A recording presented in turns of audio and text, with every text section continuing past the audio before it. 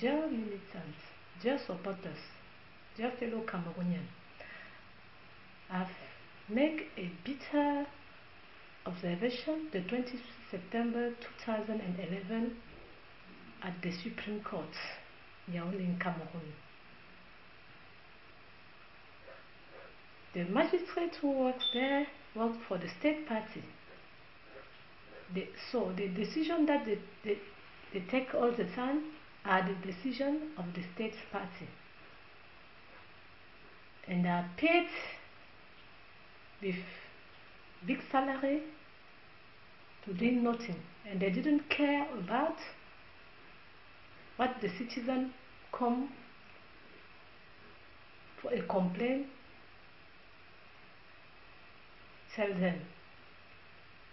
That day I was very surprised. That day, the 20th September 2011, the first question of the first president of the Supreme Court was, Mrs. Do you have a lawyer? I answered, no, I don't need a lawyer, because I must explain myself to all the assistants and the Cameroonians what I experienced with the British policemen, the 10 British policemen who helped me and tortured me the 21st August 2011. So I don't need a lawyer. And you will be surprised, I can tell you again that the person who was in charge of my file was again a Betty magistrate.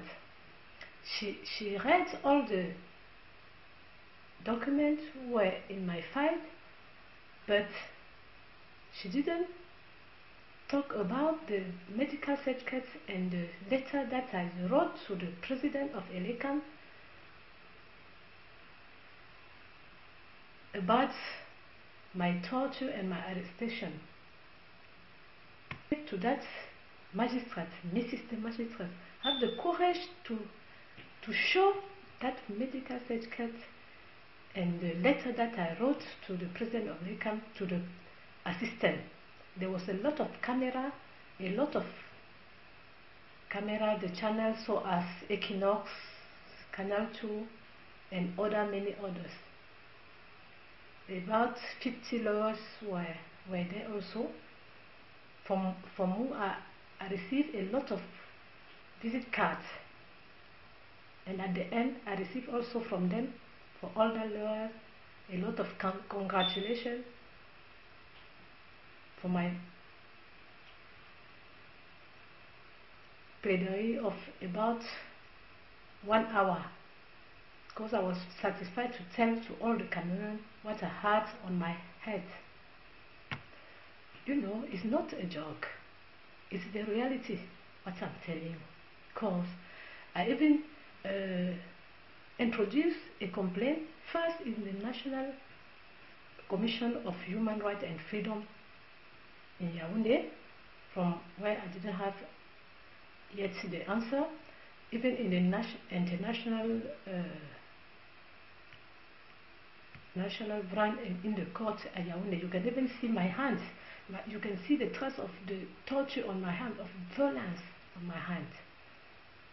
A few weeks ago, I even met, unfortunately, some witnesses who recognized me and said to me, Madam, you were crying here because we see the violence, the way they hit you so hard with violence and hate. And they were very proud to see me healthy, standing up and doing my job. To conclude, I will just say that in Cameroon we didn't evaluate because of tribalism, because my parents are Bamileke, they nearly killed me. I felt very bad that day, that 31st August 2011. I even think about the dead.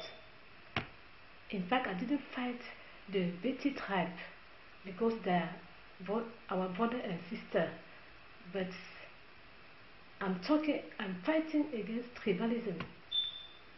And I know that most of the Cameroonians face that tribalism. They don't have the courage to talk about. One of my motto is equality. I research equality between different tribes in Cameroon who do not exist. And you can even go on my website, www the DLCCI.com, and you see what it is my real personality. I fight for the freedom, for the equality between Cameroonians. I fight against all the discrimination, especially